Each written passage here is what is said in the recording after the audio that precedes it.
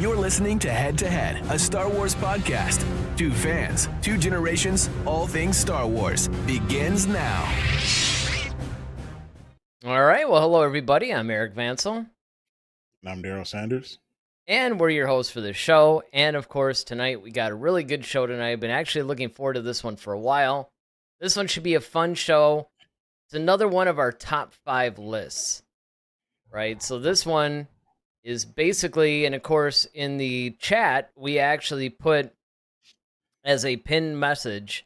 So anybody that maybe comes in later, anybody that's already there now, we asked you guys if you could pick one director to direct a Star Wars film, what would it be? So you could put your answer in the chat section. Of course, Daryl and I each came up with our own top 5 list.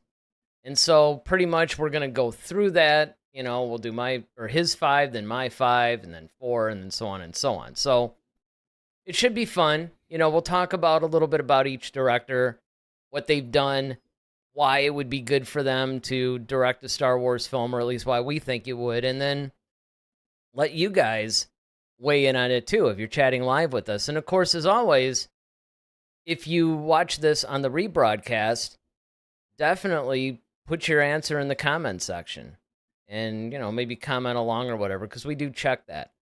And I should start saying this at the beginning of the show, and I never do.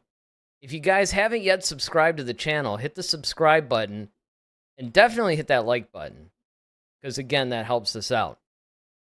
So, I mean, the question becomes,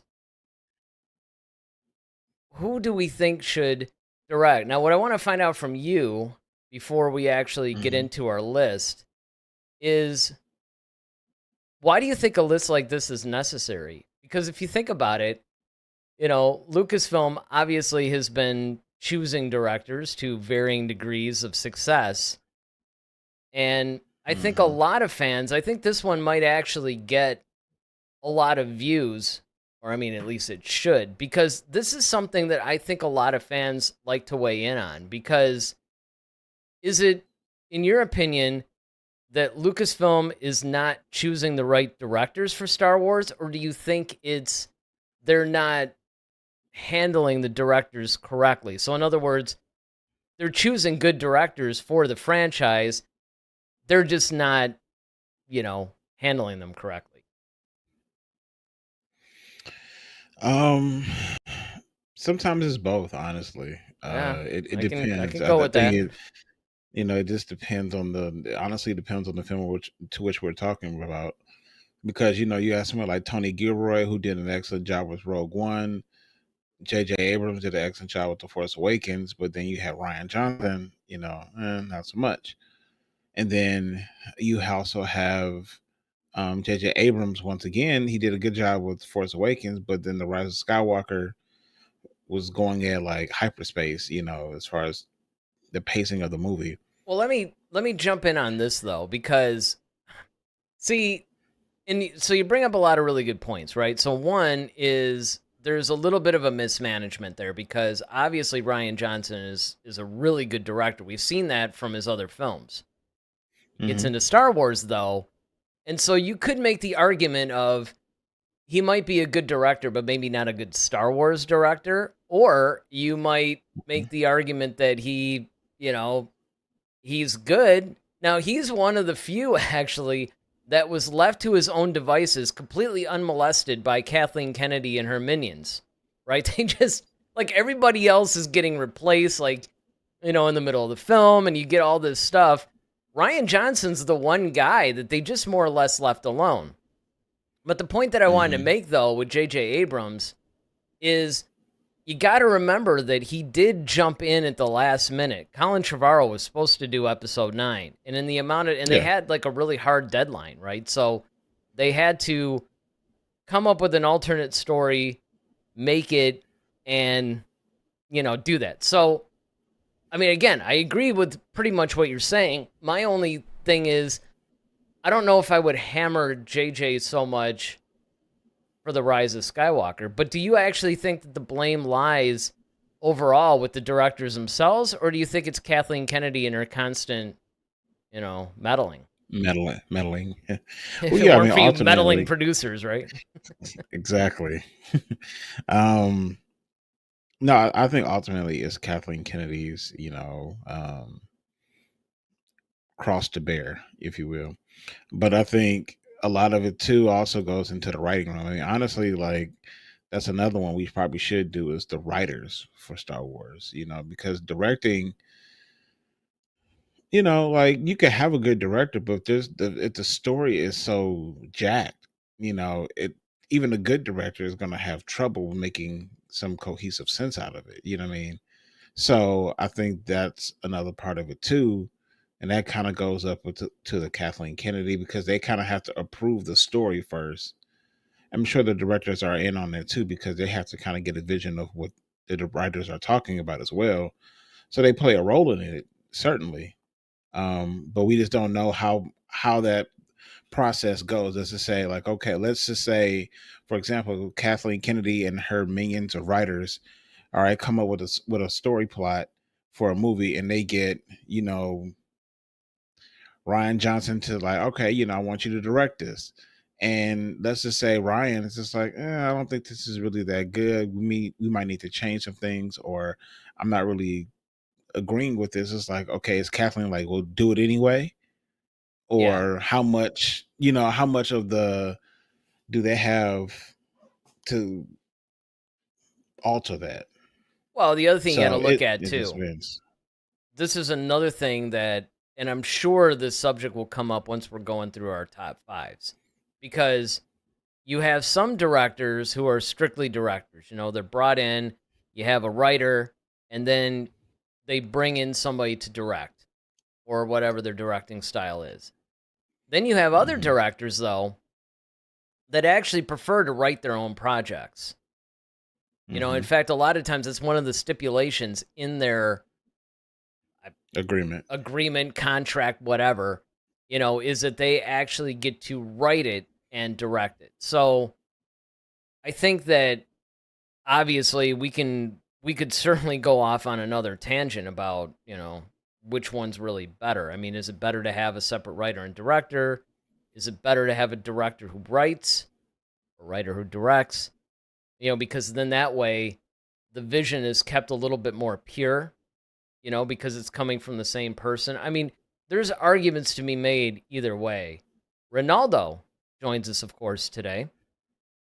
And Ronaldo says, I think it's just fun to know each other's point of view on what directors' sensibilities work better with Star Wars. That's the whole reason why we're doing this. That and also top fives and top tens and top whatevers tend to fare well on YouTube. There is a little bit of an algorithm thing at play here, but I always enjoy it. I actually think that we need to do this more often because a lot of times we end up getting stuck in the whole we're reviewing a show I mean, I know you'd rather do this than review Visions probably. Definitely. Hey, we got one more episode to go though, which, is another little plug for Monday. Tune in Monday at 8. We'll be reviewing the final episode 9 of season 2 of Visions. But there's a lot of times where, we end up getting stuck in either the news cycles or just reviewing shows or talking about whatever. I mean, sometimes it's actually fun to just do these like top 5, top 10. I like top 5 lists because it's a little bit more condensed and you can spend more time on each one of the entries. David writes, hello, gentlemen. I missed you all. We miss you too, David. Thank God it's Friday, Star Wars Day. Hey, every day is Star Wars Day for us. And, it is good. We were talking about you last week, actually, at some point. I remember there was one. I know we got off a little bit on a tangent on Andor, and I think I remember making the comment of, "Oh, if David were here right now, he'd be he'd be all Right. over us, Yeah. right?" But the beauty is, hey, if you missed anything, you can always go back on our channel and watch everything you missed. But yeah, I think a lot of times these top 5, top 10 lists, top whatever is really good. I know we did one on Oh, we did one on bounty hunters. Yeah, we did bounty hunters. We've done lightsabers. We've done We did force. do The Jedi. lightsabers. Yes. And we did force powers. We've done a lot of Yeah, we've done top them 10. periodically throughout. It's just I Hmm. don't think we've done them. I don't think we've done. I mean, obviously, you don't want to go the other way. We're like every show is a top whatever, right? But I do Hmm. think that maybe we can commit to, I don't know, once a month or something, once every couple of months doing one of these things. Although Ahsoka is around the corner, so we have to keep that in mind. Peter Griffin's joining us. He says, any top 5 or Disney top 5 rate PG and under? All my directors are rated R's and up. Yeah, well, you know what? I would no, because you'll see that at least one of my choices is definitely more of a rated R and up. But yeah, you could do whatever. The idea is whatever you think would make a good Star Wars film. Ratings aside. Because look, we've even said, Star Wars horror films, Star Wars, you could even make the argument that episode 3 was a little bit, I mean, it was, I think, the first Star Wars film to get a PG-13 rating, but it could have gone a little bit, I mean, it was pretty gruesome, it was pretty dark, pretty gruesome, so, you have to weigh those things in, of course. But I can think of, off the top of my head, because I more or less remember my list, which is good. I think at least 2 of my choices, they could go either way. They could either make a PG-13 one or they can make an R one. But I wasn't even thinking of, ratings wise, are we talking about like a Disney PG type thing or PG-13 thing or R thing? I was thinking more or less just, just director choices. David says, how much you want to bet my top 5 is better than Daryl's? I'd bet the house. I don't know. You know what? I looked at Daryl's. And, spoiler alert, being that I put the show together, right? I have to get this stuff ahead of time, so it's not a surprise. But I will say that with Daryl's list, he definitely went with the popular choices. I'll put it like that. My list, I think, goes a little bit more on the fringe. But David, got to put your money where your mouth is, man. Give us your top 5 in the chat. We'll put it up. All right. So with that, I think now would probably be a good time to to start talking about this. So Yes. is there anything before we actually get into the list that you want to say about your list? Nope. I think I'll say everything as by I way go of through introduction. Okay. Yeah, I think this is what the people came for. They came for the top 5, so I think we should just get to it. We will give it to them. That's right. Enough yapping. We'll actually get to it. Although in defense, we have taken some chats. Like this one from Ronaldo. He says, is Michael Bay in your list? If he is, I'm getting out of here.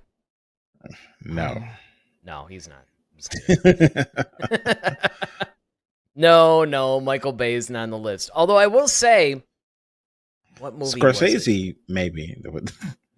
Oh, you know what? When I was putting my list together, I didn't even think of him.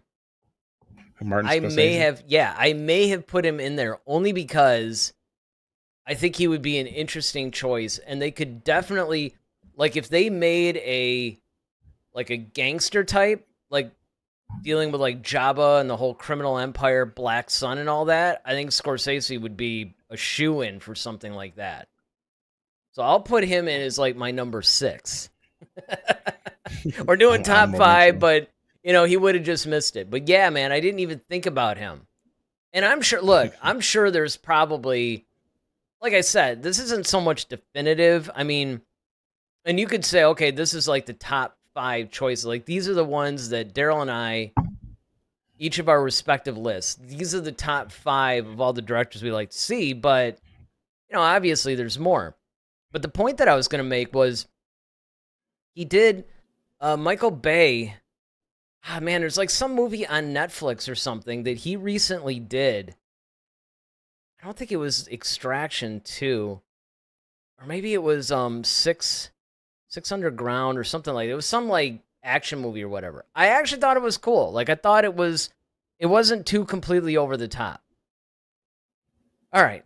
So before we get into the list, I see we have more viewers than likes. So I need y'all to fix that. All right. Any of you that have not hit the like button yet, please do so now. It helps the channel. It's the least you could do. All right. So without further ado, here we go. Daryl's number 5 is the Russo brothers. This is an interesting choice to me because so these are the guys that actually did the Avengers movies. What else have they done? You know, we should actually, when each of our Civil choices War, come up.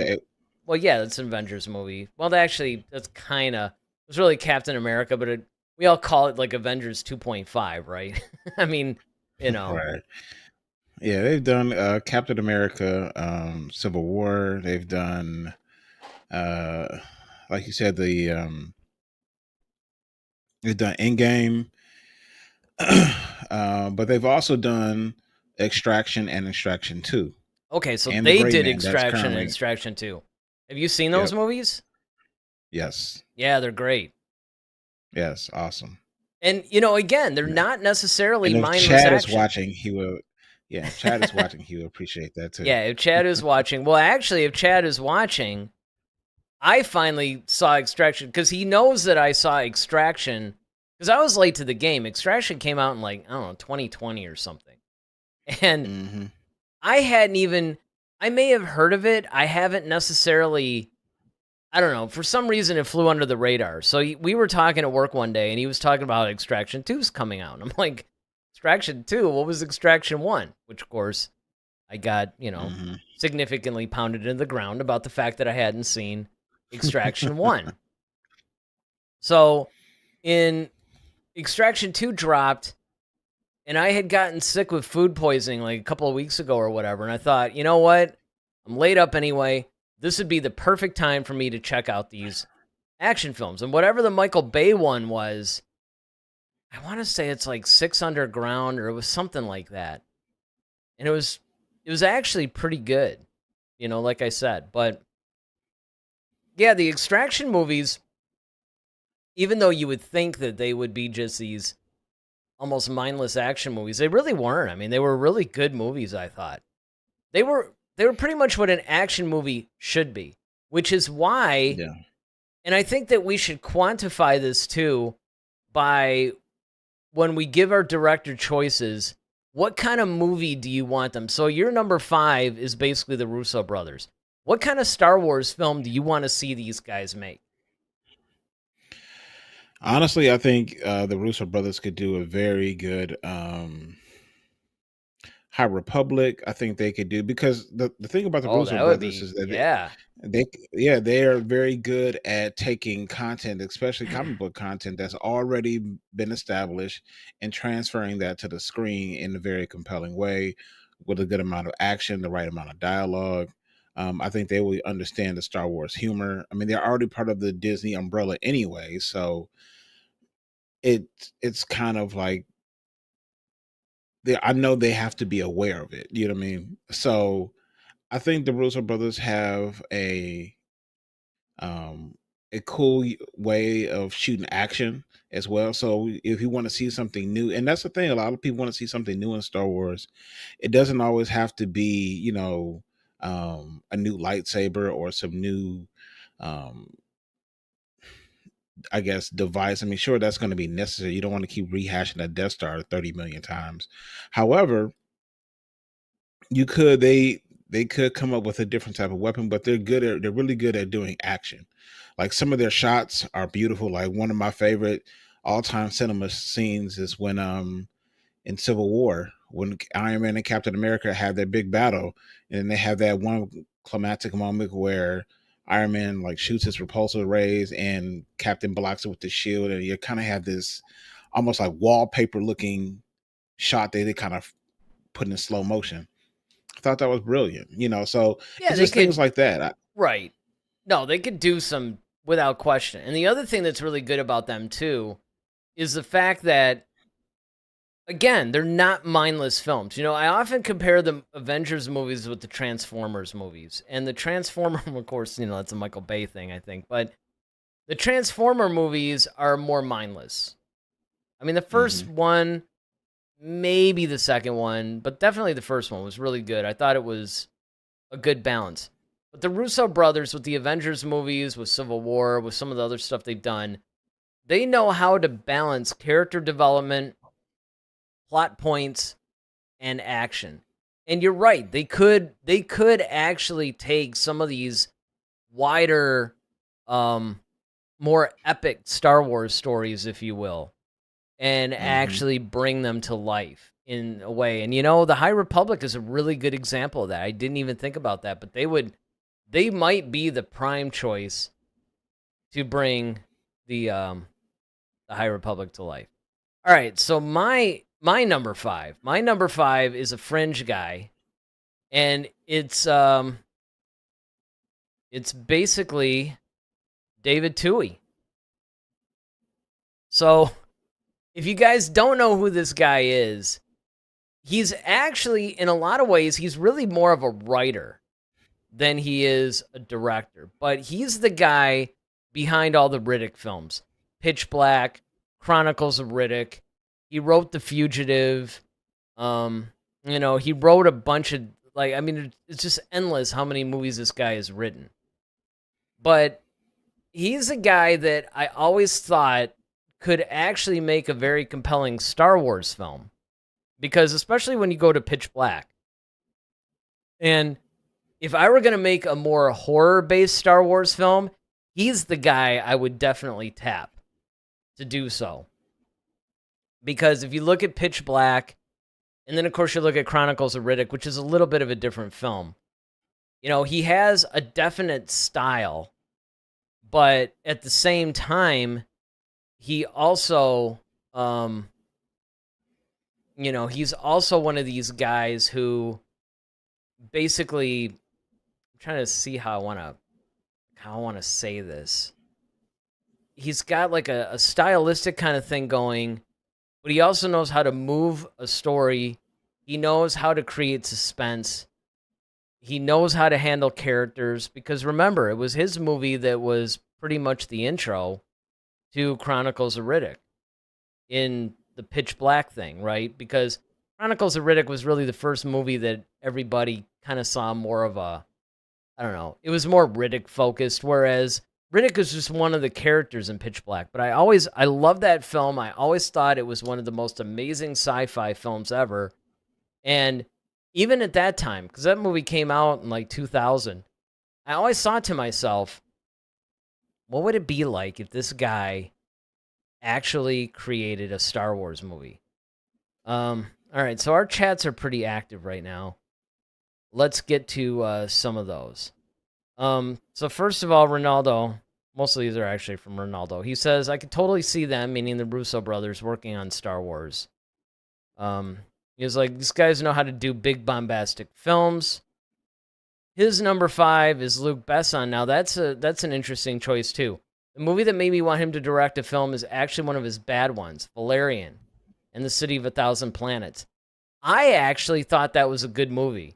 I know that was panned a lot, but I thought that was a pretty cool film, actually. He goes on to say, the movie is awful. I actually enjoyed it. I mean, I get it, like, from a technical standpoint, yes, cinematography-wise and all that, it's not that great. And he goes on to say, but the creativity and imagination is incredible. All the sci-fi concepts are amazing. Combine that with good dialogue and a better script, we could have something special. And that's the point. I mean, I think, honestly, that these are the things that you have to look at when you're looking at creating something Star Wars, right? You can't always look at the movies that the only thing you can say when you look at a person's previous films, because they're going to handle Star Wars differently, is you get a little bit of their style you get a little bit of their filmmaking process and things like that. And you just have to kind of imagine how that would work in Star Wars. And that's why, my number 5 is David Twohy, because I'm thinking of what his Star Wars film would be like. And I think it would be something cool. All right. Okay. All right. So the next one, of course, it's your number 4, Colin Trevorrow.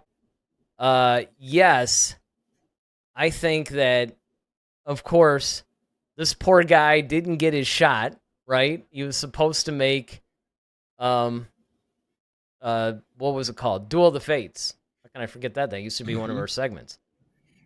So he was supposed to direct episode 9. He was all set. He was getting ready to do it. And it later came out, after The Rise of Skywalker came out, Duel of the Fates, and the script leaked. And on paper, anyway, it was incredible. And I thought the same thing you did, actually. What would happen if this guy got his own Star Wars film? Yeah, I mean, Colin Trevorrow, one of the main reasons why I picked him was, one, he's used to doing trilogies. He did the latest Jurassic trilogy with those recent movies, and they were box office hits. They were all great. I like his ability to tell stories. There's character development there. No one really and he's kind of one of the more sought after directors, honestly, in Hollywood.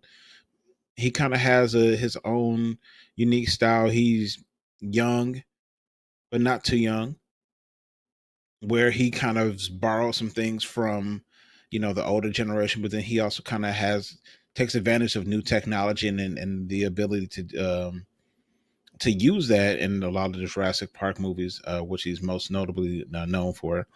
And I just think that he would be a phenomenal candidate, especially after seeing the script that he came up with for Duel of the Fates. Once again, it goes back into that whole situation where, are you a director and a writer, or are you just a director? And we saw what happened with Rian Johnson. Rian Johnson is a writer and director. Didn't really land. But on paper, I think Colin Trevorrow's script was phenomenal. So I think that's why I kind of have him as my number 4. Yeah, and again, I mean, we really don't know what the movie would have been like. Because, yeah, you can read a script and go, okay, this is brilliant, this is amazing, this is probably way better than what we actually got, but we don't really know. Because, there's a lot of movies where they start out on a script and then you make the movie and it's like, you know what, just didn't really translate well. But I do agree that I think that it would be good if Colin Trevorrow actually got a shot at doing it. David basically says, and he's going back to my number 5 choice with David Twohy. He's like, is it ironic that Eric picked a director that did a film with Vin Diesel as its star? I think Eric is reading my mind. The director of Fast and Furious should be on the list. I didn't actually, but I don't think, and I don't know, you could look this up actually. How many different directors did Fast and Furious have? Not enough to save the last one, I can tell you that. I actually enjoyed the last one. I honestly thought Fast 10 was one of the better ones since maybe like 5 or 6. Only because, and I brought this up after I saw it actually, because it had more of a story than the last couple. Yeah, of course it was over the top. I think we just have to live with the fact that all these movies are going to be kind of a Mission Impossible type thing, which of course the latest of that movie opened yesterday or something. But I thought Fast 10, given the fact that they were referencing, it's really more of a direct sequel to, I think it's 5. It's either 4 or 5, whichever one had that drug lord guy. And so I thought that was more of a step in the right direction. I mean, we'll see where they go from here because, again, what was interesting about Fast 10, if you saw it, it ended abruptly. Like, there was no actual conclusion to it. It's almost like they're going to wrap it up in a future film or a spinoff or something. So for Fast and Furious, you have Robert Cohen, John Singleton, Justin Lin, James Wan, F. Gary Gray. Um, Justin Lin came back and did Fast 9. Lewis Lederer.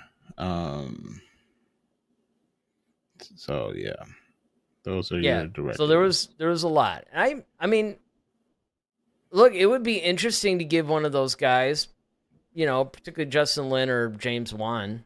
I mean, he's like a legendary guy, actually. Ronaldo says, "Oh yes, after reading his script, I would love to see what he can do." Meaning Colin Trevorrow. Yeah, he would be really interesting, I think. Okay, so my number four is actually Matt Reeves, and Matt Reeves has done a few things, most notably the Batman, of course.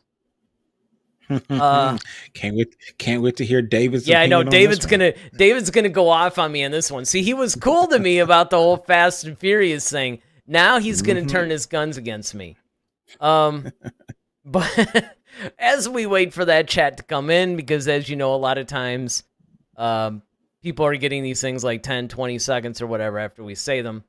Lee Powell says there is a two-part finale. Okay, I thought so. I thought that there might have been a two-part finale to Fast 10 because I wasn't sure if it was two parts. So it'll be really interesting to see, how that works out. I'm really curious, actually, on how that one wraps up. Ronaldo says, my number 4 is Guillermo del Toro, which is he was another guy I was considering, by the way. The way he imagines monsters and fantasy creatures is incredible. His imagination has no limits. And he goes on to say, I always love scenes like the cantina in episode 4 or Jabba's palace in 6, where we see the weird aliens in this gritty environment. Imagine what he could do with the alien designs. And then he said in the past that he'd like to tell a Jabba the Hutt gangster story. That's something I'd love to see. So that, again, you have like two different types of directors, because I would also like, as I said more toward the beginning of the show, I wouldn't mind seeing Martin Scorsese tackle a sort of like a gangster story. It doesn't, you could focus on the Black Sun, you could focus on Crimson Dawn, Jabba's whole thing, the Hutts. There's a lot of different directions that you can go. And even if you had Guillermo del Toro doing this stuff, you could have a couple of different movies where they're using roughly the same thing. But, Matt Reeves, though, in some of the stuff that he's done, he's showing that he's got a little bit of a range.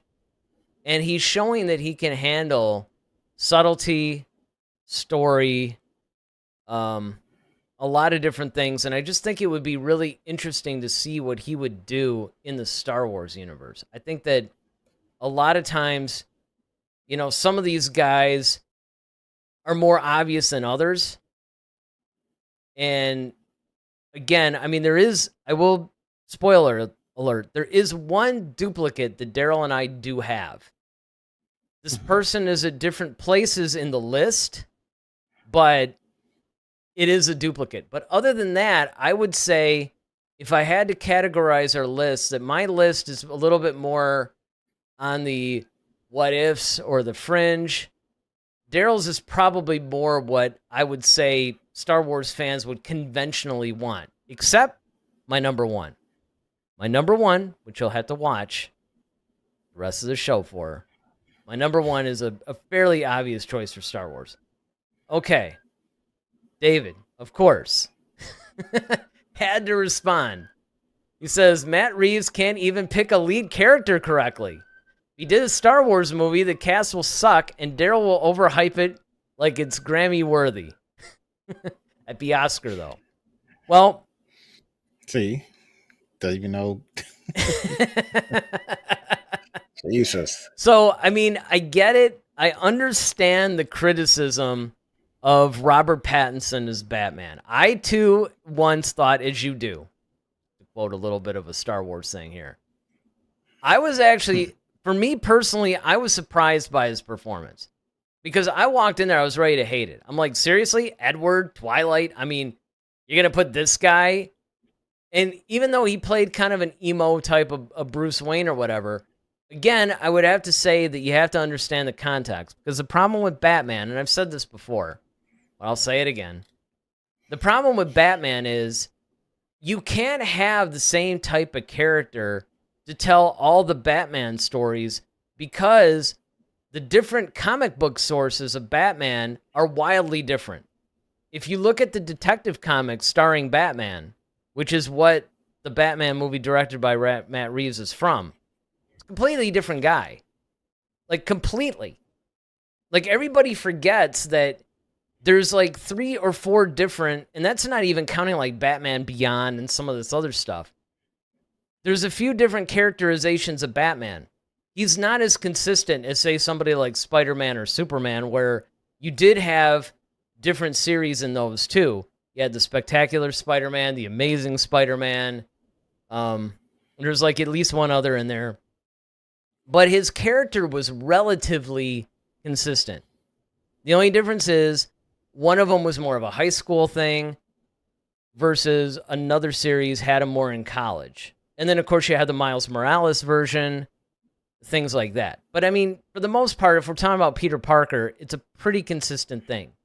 But when you go to the Batman stuff, when you go back to the source material, which you have to do, you can't criticize a Batman film accurately until you understand the source material it's using. I'll just put it like that. Because that's the biggest problem.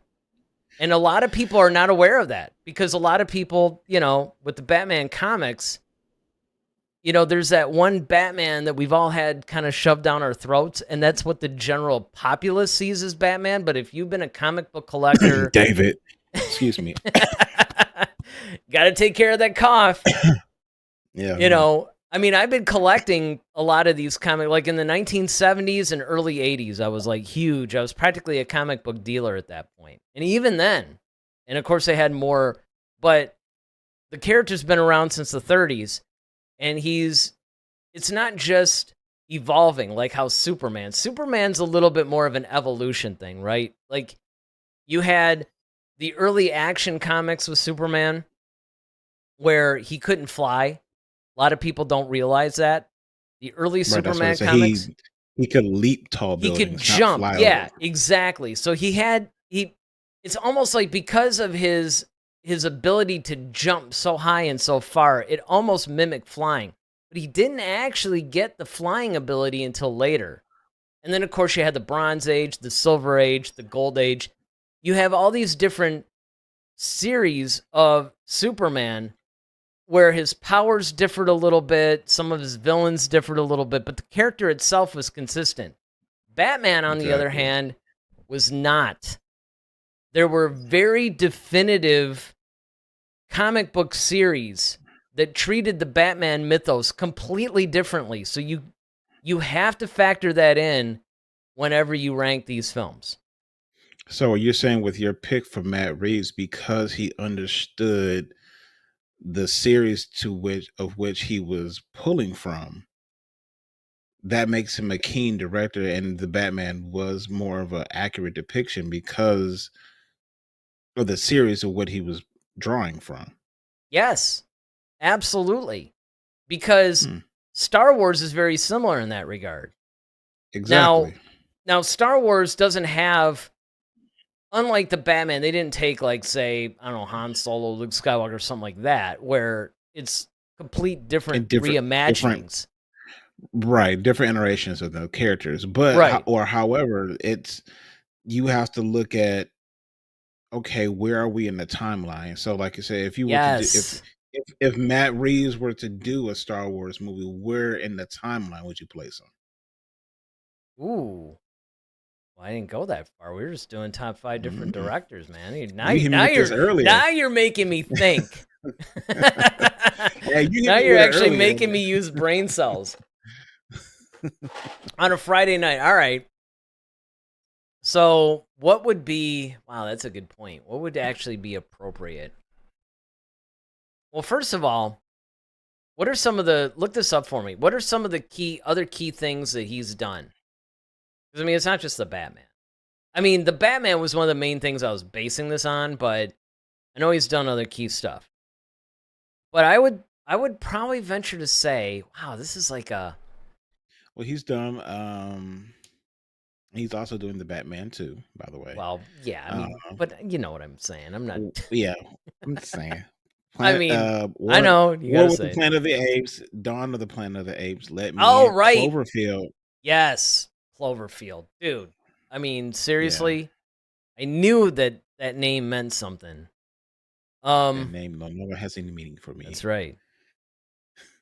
Yeah, I mean, I love the Cloverfield movies. I really do. I mean, I think that they were all well done. Even though the third one, I mean, it's kind of funny because the second one, and I actually have to get to these chats because they're exploding right now. But I'm sure half more for David. no, actually, David's been good. He's like picking on Captain Marvel with Brie, Lawson, but Uh, whatever. I mean, the thing is that Matt Reeves with the Cloverfield thing. Now, what's interesting to me about Cloverfield as a trilogy, and again, at some point, probably this summer, we're going to change the Friday show into a general entertainment show. It's not just going to be limited to Star Wars. So, David, you'll be happy about that because we could talk all things Fast and Furious and not have to get back to Star Wars. But one of the things that's weird about Cloverfield was 10 Cloverfield Lane, which is the second movie, and then Cloverfield Paradox, which is the third one, were not originally Cloverfield movies. They were sort of retconned into it. But, oh man, if I had to pick something for Matt Reeves to do, Star Wars, I don't know. There's so many things he could do. Honestly, I could place him. Honestly, if I were to take a stab at it for him, I would say if you want to do like depending on what Leslie Headland does with the Acolyte, but I could see Oh, him yeah. in that space. Like if you're Yes. doing a darker, like a Sith type movie, I could see Yes. him doing something like that. Like almost if they did the book Lords of the Sith with Palpatine and Vader. There you go. I'll go with that. All right, let me get to some of these chats. There's a lot of them. Lee Powell. Lee Powell basically says, I would love to see Ryan Coogler do something in the universe. That would be interesting. That would be fascinating. Like I said, in no way is our respective lists a comprehensive list. There's a There's million a bunch different of directors. directors out here. Yeah. Of course, Lucasfilm won't hire any of them, mind you, but there are a lot of directors that... No, they'll hire them. They'll just fire them. Yeah, exactly. They'll let them make like 70% of the movie and be like, this isn't really working for me. But that's an inspired choice. And again, I don't know if you were consciously trying to figure out, okay, who are the ones that really need to be doing this? For me, I was kind of like, who are the ones that could bring something unique and different into the universe? That's not to say that all of my choices are fringe choices, but most of them are. I mean, like David Toohey, Matt Reeves. These aren't necessarily people that would jump into your head for Star Wars. But actually, it was funny when Daryl and I were talking about doing this show. My 5 choices jumped in my head immediately, which is why I went with them. I'm sorry I didn't think of Martin Scorsese. Guillermo del Toro, I did think of, but I purposely left him off the list because I thought that he would be a little bit too obvious of a choice. But that doesn't mean he would be bad. I would just like to see these guys a little bit more. Okay. So now we're going to go for your number 3, I believe. But before we do that, let me get the rest of these chats in because I don't want to get too far ahead of myself here. Ronaldo says, I could see Reeves doing a Star Wars gangster story. It's funny how we all feel that all these different directors can handle a gangster story, but you're not wrong. Reeves could probably do a really good gangster story. He did that aspect brilliantly in the Batman, and I would agree with that. A lot of times we thought about the whole detective aspect in more of a gritty type of a thing. Because I would even go for, who's the guy that directed the Joker? Because whoever it Um, was, yeah, look that up for me. Because whoever that was, I know that they used Taxi Driver, a Scorsese film, as a template for that. But, that guy would probably be good too. that was directed by Todd Phillips. Yes. I always forget his name. He'd be another guy that you could put in there. Ronaldo says Ryan Coogler would be great. This is where David comes in and says Robert was worse than Brie Larson as Captain Marvel. See, I missed these comments. So my question would be, are you basing this strictly on Brie Larson's performance as Captain Marvel, or are you basing this more on the comic Well, book she was. version versus what happened? I need to know that. I have to admit, even though I love Brie Larson in Community, so I was initially excited about her Captain Marvel performance. I have to admit, I had to warm up to it. I did. Like, by the end of the movie, if she ended up being in some of the other stuff, I was fine with it. But I'm like, I don't really know, man. As Captain Marvel, not sure I'm feeling it. So I'm not going to disagree or anything with David's assessment at all. But I don't think it bothered me as much as it bothered him. Ronaldo says Reeves used the detective aspect of Batman, which is something we've never seen before. That's because nobody ever based it on the detective comics starring Batman before. I think he'll search in the lore for something completely new with Star Wars. Oh, if only he was the guy, Ronaldo also goes on to say that Cloverfield was great, and then David comes in how she portrayed it. So again, I mean, if the problem is how she portrayed it, I get that. Because like I said, everything's going to land. This is why it's really cool to talk about movies of any kind. This is why I cannot wait to talk about our expanded, when we're not just doing Star Wars, we're just covering anything in television and film. Because we're going to hit Cobra Kai when season 6 comes out. But, Mm-hmm. There's a lot of different things to discuss when it comes to the film and television medium. And what's great about it is it lands differently with everybody, and it's all equally valid. So that part's cool. All right, so let's move on. We're going to go to your number 3. Your number 3 is Bryce Dallas Howard. Yes. Which, of course, that's the duplicate, by the way. I put her a little bit higher on the list, but she is somebody that absolutely must make a Star Wars film at some point. So I'm going to go ahead and turn the floor over to you because this is your choice. And I'll just save my comments when she comes up on my list. Yeah, I think that Bryce Dallas Howard, man, I think she's a phenomenal director. And I think the reason being is because she's been a part of, number one, different styles and different types of movies. She's been in everything from dramas to action movies to superhero stuff to whatever you name. She's done it. She's been in them, and then she's even has some directing chops, as we've seen, because she's actually directed some Star Wars episodes for The Mandalorian. So that just shows once again that she understands, I'm sure that with the help and the guidance of Filoni and Favreau, just okay what Star Wars is, but she was able to nail it. Well, And not then on only top of that, that, her father is Ron Howard. that's what I was going to bring up. I think Her, more you know than what I mean? anything And that's that's the thing. And so her father being Ron Howard, who's this, Academy Award winning director, who she's had the privilege of living and studying under.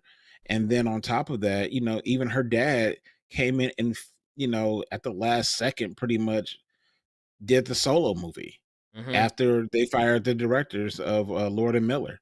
So she has experience in this realm. Well, and she's not only has she's experienced, but she's successful. And this is what we were talking about before when we said like, okay, like not just shoehorning anybody just because she's a woman. No, this woman gets it. yeah, She totally yeah. gets it, and I have no problem, having her at as high as she is because she's deserving. No, and in addition to that, I mean, going to Ron Howard, one of the things that's interesting about both her and her father is they started out as actors because Hmm. everybody remembers that Ron Howard. It's so funny because, me being alive in the 70s and all that. So, I had known the history of Ron Howard being on the Andy Griffith Show as Opie. And of course, when I was growing up, I was watching him in primetime television as Richie Cunningham on Happy Days. Completely legendary. Then when he started becoming a director, I'm like, Richie Cunningham directing? I mean, it was a little weird. But look, this is the guy that directed Willow, which is a Lucasfilm property. And he's also the Hmm. guy that basically directed Backdraft, which was just a completely amazing film. And I agree that a lot of, and this, of course, isn't even counting when he came in and basically saved the whole Solo project. And if you look at if you look at her merits on her own, just what she's done with Star Wars, and I'll talk a little bit about that too when it pops up on my list. But I didn't put her at number 3. I put Alex Garland at number 3. Now, this guy came on my radar with the Ex Machina movie.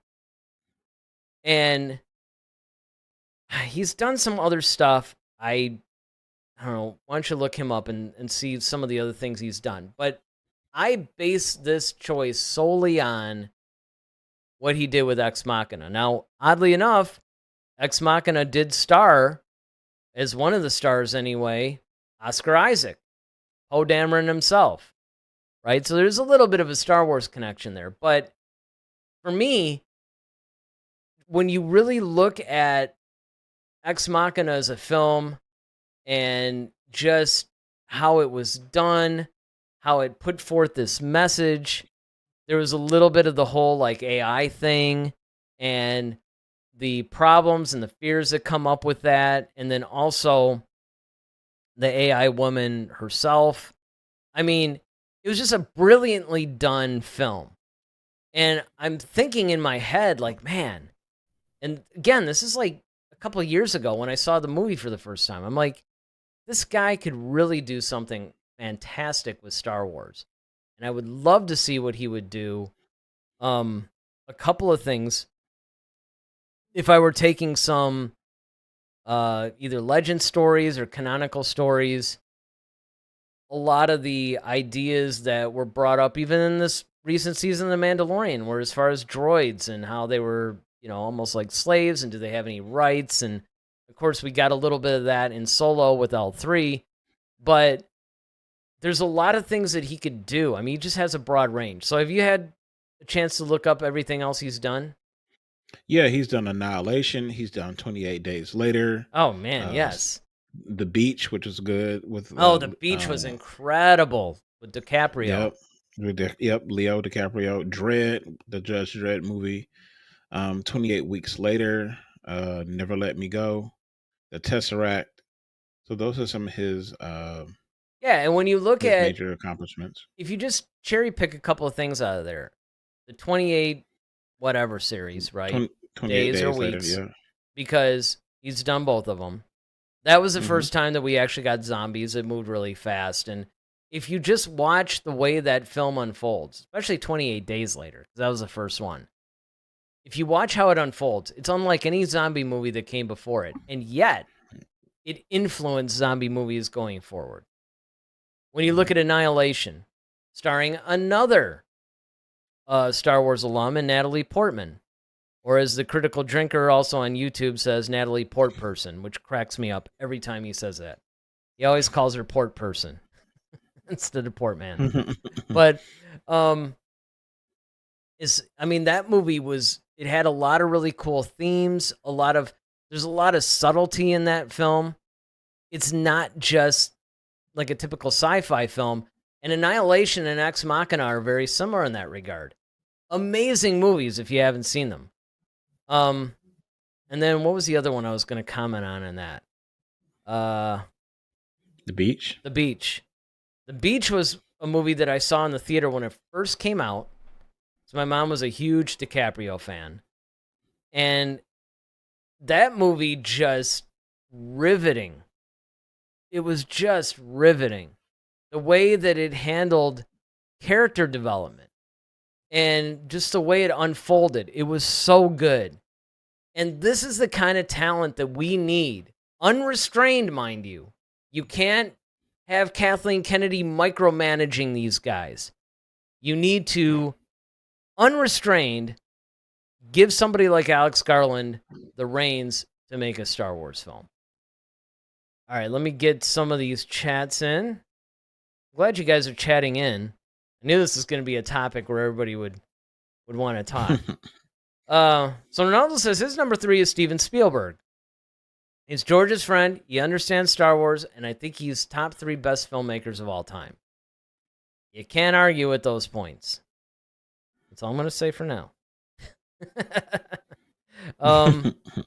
He also says he can adapt to any type of genre and still make a great film, and he knows how to put heart in the story and has a great sense of adventure that can work with Star Wars. Again, that's all I'm going to say for now. Denis Villeneuve could do the Star Wars universe justice. This is something that Lee Powell says to us. Yes, he's another guy. And he's a guy, actually, that I thought of putting on the list. Because this is a name that comes up a lot in conversations just about, handing this guy the keys to quite a few franchises. Because there's some directors that I love, for instance, but may not necessarily work in Star Wars. Quentin Tarantino would be the prime example of that. I love Tarantino's films. I don't want to see a Tarantino Star Wars film. No. It would be interesting, especially when you go back and you see, because he was the guy that almost was going to be making one of the newer Star Trek films. And seeing some of his ideas, I'm like, you know what? No, I'll just have to pass. Hard pass. But look, Once Upon a Time in Hollywood, great movie. A lot of his films are fantastic.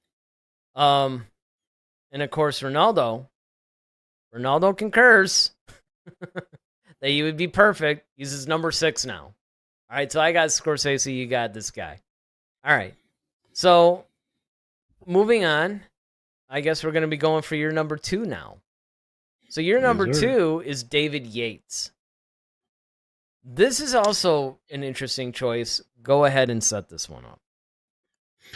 Yeah, David Yates is definitely my number 2 because he's already used to working in a world where you have all these different types of weird looking characters, magic. I mean, he's done a good portion of the Harry Potter films. Right.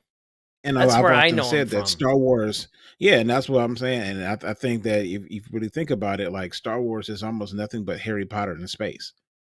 And because he understands that he's taken the writings, and then and being able to translate those into great box office films that are compelling, that are fun, they're entertaining.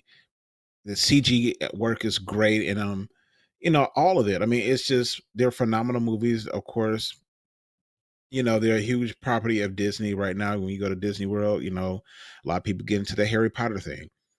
So to me, once again, when I constructed this list, I'm constructing it based upon, like, do these directors have elements of Star Wars already in them? That's what I was looking for. I was looking for, like, okay, can I see elements of Star Wars already in some of your other work that you have already completed that allows this, if you were to do a Star Wars movie, it wouldn't be a stretch for you. It wouldn't be something that's like, oh, and for David Yates, it would be no stress for him at all. It's like I said, okay, instead of running around, with Dumbledore, okay, we got Yoda. What I mean? It's essentially the same thing. So Um, Davy Yates, and he's just so accomplished in a myriad of things. He's done The Legend of Tarzan. He's done Tyrant, um, and then he's done some other stuff that have a little bit more drama. He's done some television stuff, so he's kind of an actor's director too, and that's another thing that was really important for me is that he really knows how to direct actors, especially if you're going to use younger people, because he knows how to communicate, get them to um, emote, get them to pull the energy that they need for a particular scene. So, David Yates. All right, so Ronaldo concurs. He says Yates is a great option. Sterile said he knows how to handle big IP with massive lore and mythology. And it should be noted that the whole Harry Potter thing came from the mind of J.K. Rowling. So he also knows how to bring to life something that's not just a big IP, but something that came from another mind. The mind of someone, yeah. Yeah. And which is why it's probably going to be surprising. It's going to be a little bit of a spoiler. It's probably going to be surprising to people that neither one of us have Peter Jackson on the list. Because you would think that he would be a guy. And I would, if somebody came to me, like if we had a third host and they're like number one was Peter Jackson, I'd have no issue with that at all. Zero. No, I wouldn't. Yep, because Lord of the Rings. Yeah, and he did a phenomenal job with Lord of the Rings. And he's a guy that could probably take Lucas's vision and carry it forward. So he would be another guy. It's just that some of these other people, I mean, so yeah, like you said, for your list, you were looking at people that could take elements that maybe they already had, right? They already had a little Star Wars in them. And, you just want to now apply it to the Star Wars universe proper, because some of their other work already reflected things that were evidence that could make a good Star Wars film. With my list, it's almost the same thing. It's just that I look at it and I go, okay, who's going to take Star Wars in a good direction? It's not going to be contrived. They're not going to ruin it like what Kathleen Kennedy's been trying to do. They're going to show the proper respect. And, of course, again, as we've already gone, my number 2 is Bryce Dallas Howard. Because I don't think personally, except for my number 1, which if you were really paying attention to the chats, you already know who it is. But other than my number 1, I think that this woman, more so than Filoni, because a lot of people point to Filoni. The problem I have with Dave Filoni isn't, look, everybody knows what a huge Filoni fan I am. But he doesn't have the experience yet, in my mind, to fully pull off Star Wars. That's not going to be true forever, though. He's getting there. He's done some live action Mandalorian episodes and things like that. He's proven to be great. There is arguably nobody but Lucas himself that understands Star Wars quite the way that Dave Filoni does, except maybe Bryce Dallas Howard. And Bryce Dallas Howard does have the chops to pull off a lot of the things that are necessary as a director for the whole Star Wars IP. That's why I placed her a little bit above where you had her as number 3. I got her as number 2 because I just think that, she gets Star Wars so much. It's so obvious that, it's ingrained in her, and it's just so, every time I see anything that she does, when she's directing a Star Wars episode of any kind, I'm like, man, give this woman a film. Just hand her the keys to the kingdom. Give her a trilogy. Forget Rian Johnson. Look, I'm a huge fan of Rian Johnson's other movies. I love the Knives Out series. And look, I could have put Rian Johnson in this too. Maybe not top 5, but maybe top 10. Because I would like to see what Rian Johnson would do with his own set of characters. Like, he doesn't have to worry about Luke Skywalker and Han Solo and Princess Leia and all that, right? It would be interesting to see, and maybe that's what this trilogy, if it ever gets made, does. But for my money, I'm thinking Bryce Dallas Howard is the way to go. Ronaldo, I like the way Ronaldo is giving us his his list as it goes on too. His number 2 is James Cameron. That's another interesting and inspired choice. The guy knows how to direct sci-fi. He's done it multiple times. And not only can he direct sci-fi, he makes it compelling. He has really fleshed out characters. Let's not forget some of the other stuff that he's done. He's done The Abyss, Titanic, of course. You know, this guy really knows detail. He understands how to, you know, handle character development, like I said, besides Titanic, of course, the Terminator movies, True Lies. I mean, there's just a lot of different things where, you know, Cameron's pedigree is just second to none. And then, you know, the Avatar films. I mean, a lot of people point to that.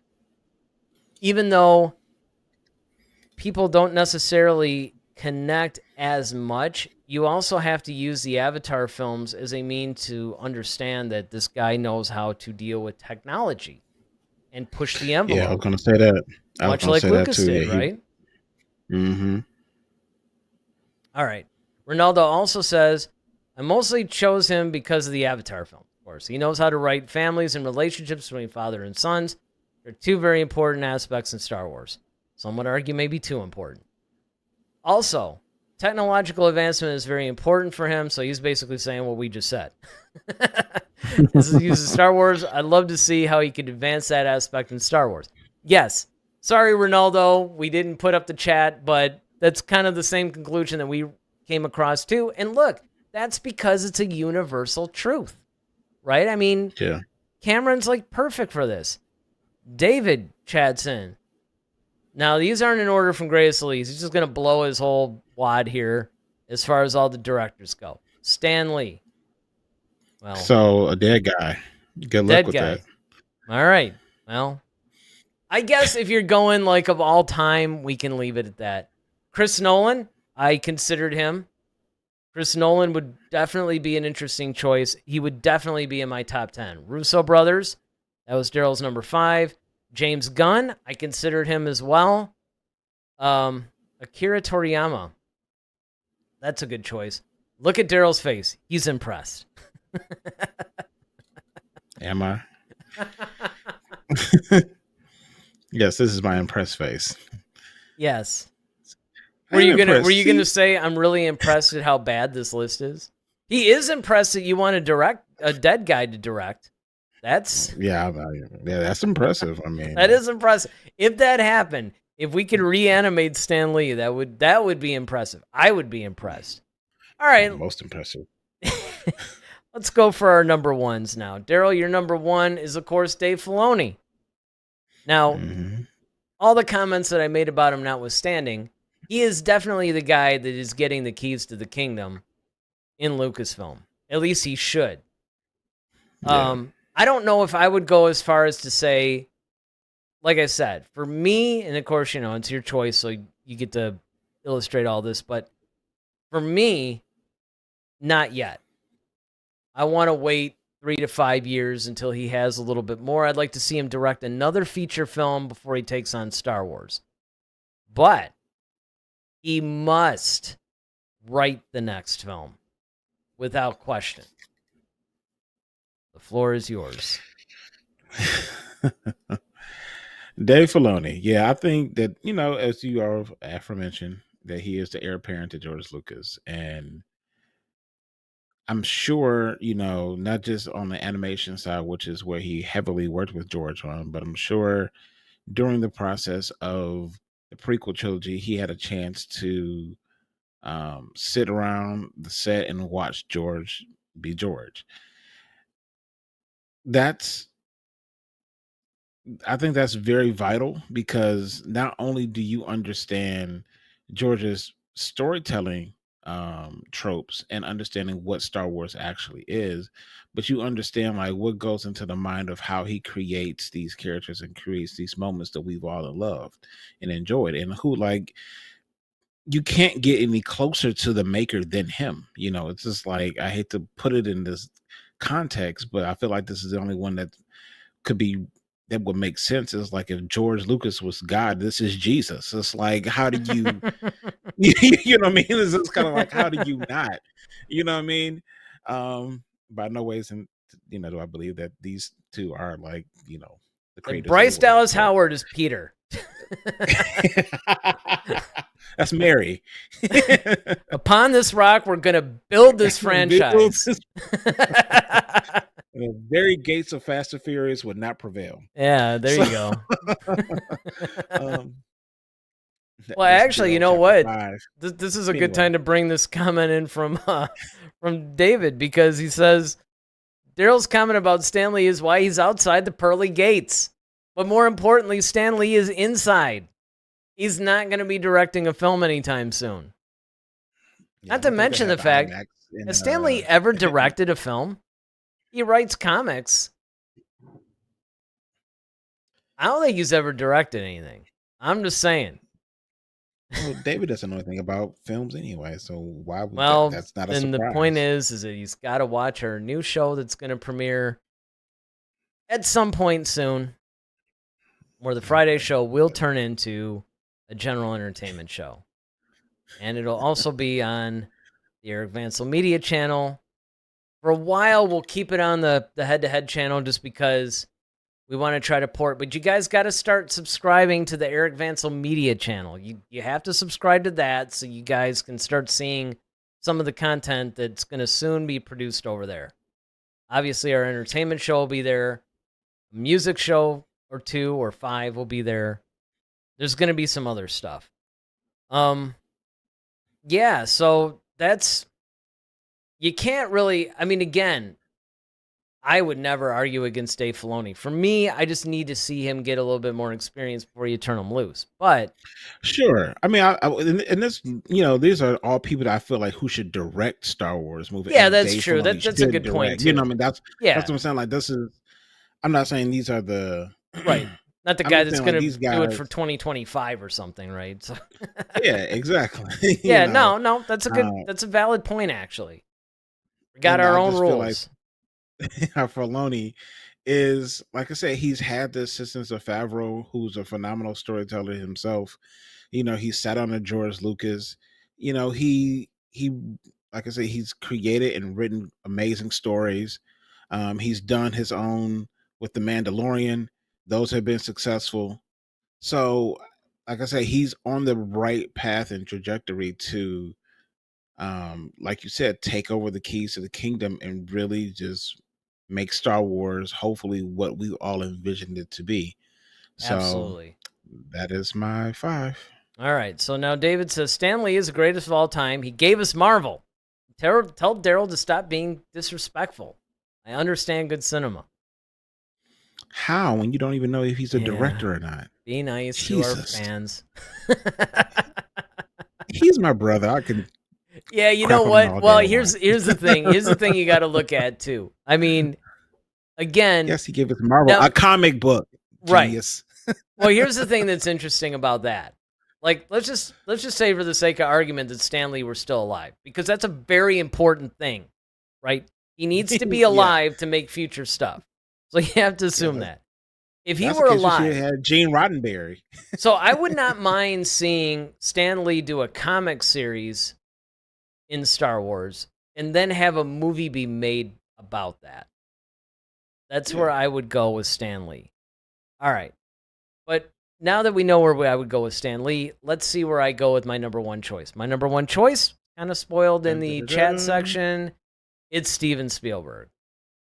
Our friend here says it's just fine. His friend here says it's just fine. And don't think that I did not think of that when I actually put this picture in there. I'm like, that was one of the greatest cameos that Steven Spielberg ever did. It was one of the funniest moments in film history, in my opinion. Yeah, I love it. But for everything that Ronaldo had said on chats, like kind of earlier in the chat, right? I mean, look, Spielberg was a guy that Lucas wanted to direct Return of the Jedi, but he couldn't do it because Directors Guild and everything. because technically it's not a studio film, it's an independent film. So that's what stopped him there. There were a lot of documentation about Steven Spielberg giving his thoughts about a lot of things in the prequel. I don't remember if this is confirmed or not, but there was even a whole thing saying that Spielberg actually directed some scenes in episode 3. He also gave a little bit of insight in some of the later Star Wars stuff. So Spielberg has basically he's been in the Star Wars universe quite a bit. And to me, to actually finally see Spielberg take the reins of a Star Wars film, and this would have been true even back when he was offered Return of the Jedi in 83. Imagine now that he's had all this additional experience, and don't forget, Spielberg is also the guy that, except for the latest one, well, he directed the first 3 Indiana Jones films. He executive produced Kingdom of the Crystal Skull. He didn't really have much to do with this, The Dial of Destiny, which I still haven't seen, by the way. But he's just a guy that just really understands Star Wars, storytelling, character. I mean, this is a guy that's probably, arguably, one of the greatest directors who ever lived. Why wouldn't you have him? Decorated, like if you have a 4-star general of directing, it's Steven Spielberg. Like, this guy's made Jaws, Indiana Jones, E.T. Well, and don't forget, Jaws, and I just watched this the other day because Jaws 2 was just released in 4K. And Jaws 2 is actually my favorite one of the Jaws films to watch. But, that said, I popped in my 4K version of the original Jaws on July 4th. This is one of the things I do because it kind of takes place during that time. And again, that was like his first real film. I mean, imagine that. Your first real film is Jaws. You know? I mean, blockbuster. Pretty good, right? So why wouldn't you want this guy directing, a Star Wars film? I mean, it's like a no-brainer to me. All right, let me get to some of these chats. So Ronaldo says, my number 1 is James Gunn. He's great at writing characters from different backgrounds and personalities and make them work together as family, which is at the heart of Star Wars, made-up families.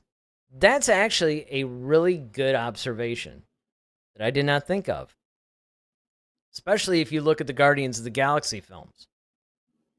You have a similar dynamic because those characters were sort of they're a crew, but they were pretty much put together as a family, and then as the films went on, they function as that. And that's very similar to how a lot of the Star Wars characters start out. So that's good. The other thing he says is also he's a massive Knights of the Old Republic fan, and his storytelling totally works with it. His favorite video game, which I did not know. I would love a Knights of the Old Republic movie directed by him. I would love a Knights of the Old Republic movie directed by almost anybody on our list. You know, I mean, some people would do it better than others. You know what? I'll go on record. I would go for James Gunn directing a Knights of the Old Republic movie. There, I said it. He said, and he loves aliens. And by the way, we almost forgot with James Cameron. He did Aliens. How good was that, right?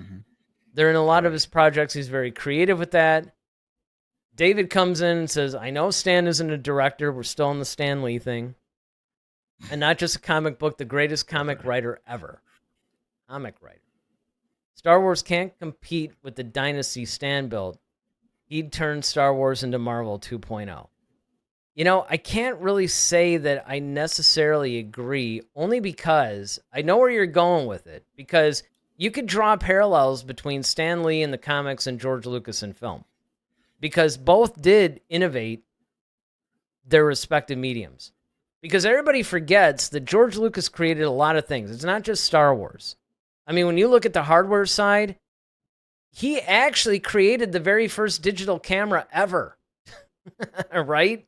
He's the guy behind the digital camera technology. He pushed that.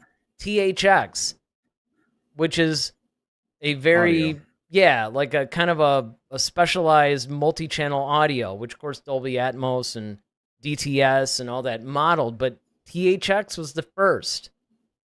I mean, the whole motion camera where, used to be with sci-fi, you'd have an object, right? And then the camera would fly by the object, where he actually put the camera so it would do something like this. I mean, there's so many things. If you look up George Lucas's innovations in film, there's a lot more than what people think.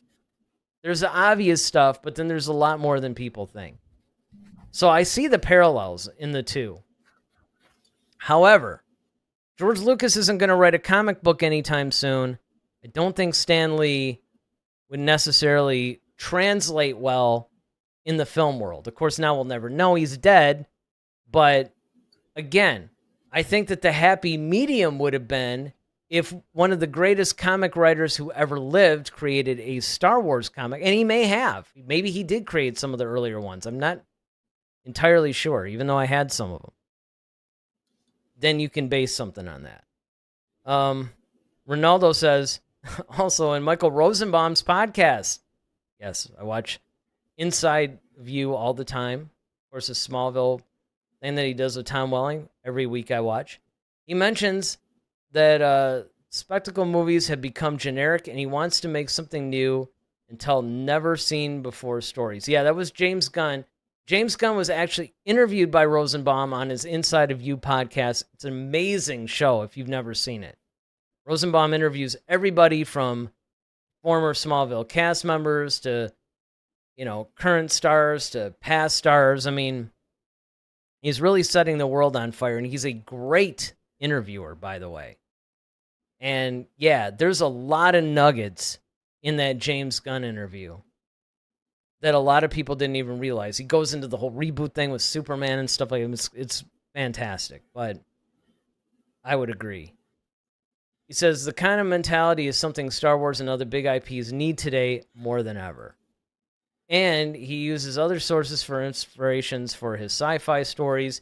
He used Farscape as an inspiration for the Guardians movies. And then he says, by the way, I really recommend that interview. It's very interesting. Hands down, I would too. I mean, there's a lot of the interviews on Rosenbaum's channel that would be great.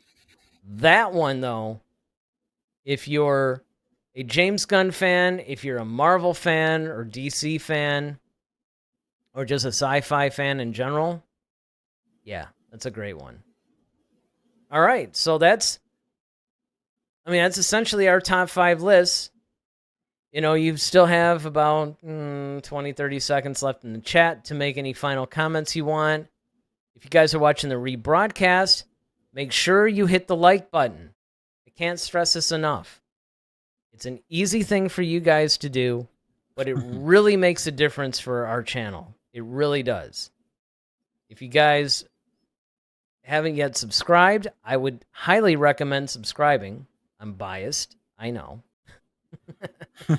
But look, this is a community. You guys have seen the discussion that we've had, right? This isn't like some YouTube influencer or star that's just, mindlessly reading the chats. We're a community here. We know these guys. The people that have been chatting in tonight, we know them. We've chatted with them a lot. We're all like a little bit of a community here. If you guys want to join a community like this, hit the subscribe button. And then, of course, for those of you guys who are watching, who maybe have subscribed, share it with your friends. Because there's nothing that we love more than talking Star Wars on a Monday and sometimes Friday, because, we are going to switch to a general entertainment thing pretty soon. So just do that for us. David writes in, he says, I like Eric's number 1, automatic box office. That's true. That would, yeah. Spielberg directs a Star Wars film. Yeah, that is instant box office.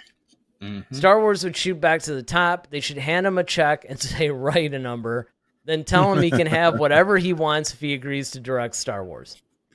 Amen to that. Most sense he made on this on tonight. I got to give it to you. Right at the end. Well, I don't know. There was another comment he had where he liked something else I said. I thought that made a lot of sense. But I'm sure you. Again, I might be biased, right?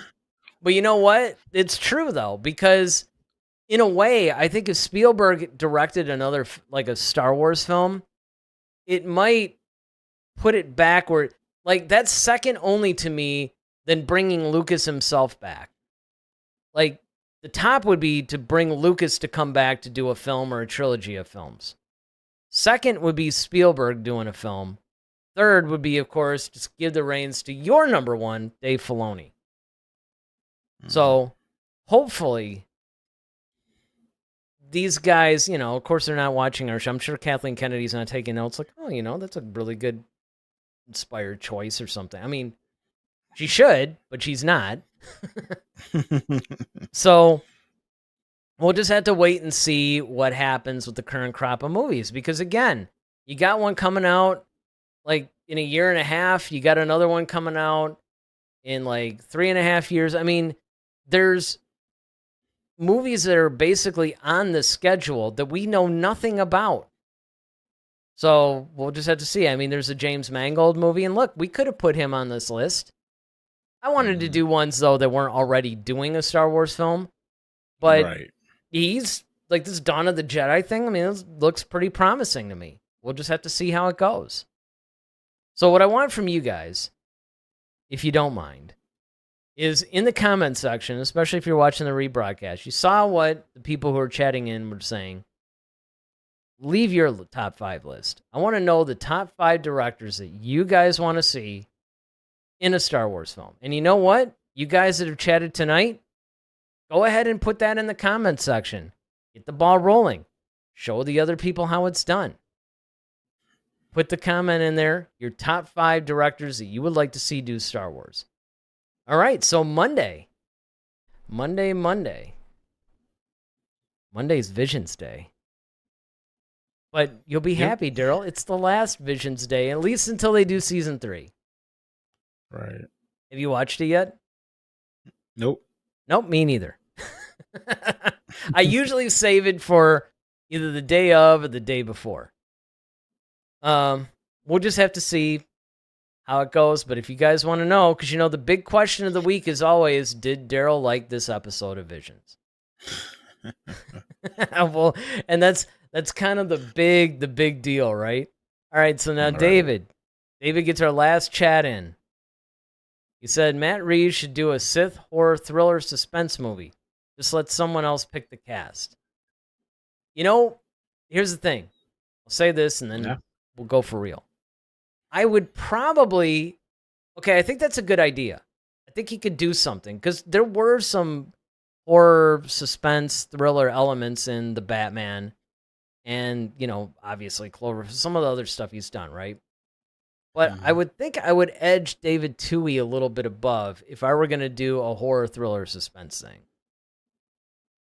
But, again, that's the beauty of discussing these things, is that everybody's got different opinions. And the cool thing about most of the things that were said tonight, I don't really disagree with it. I mean, it's just another, point of view. Like, yeah, all right, that would work too.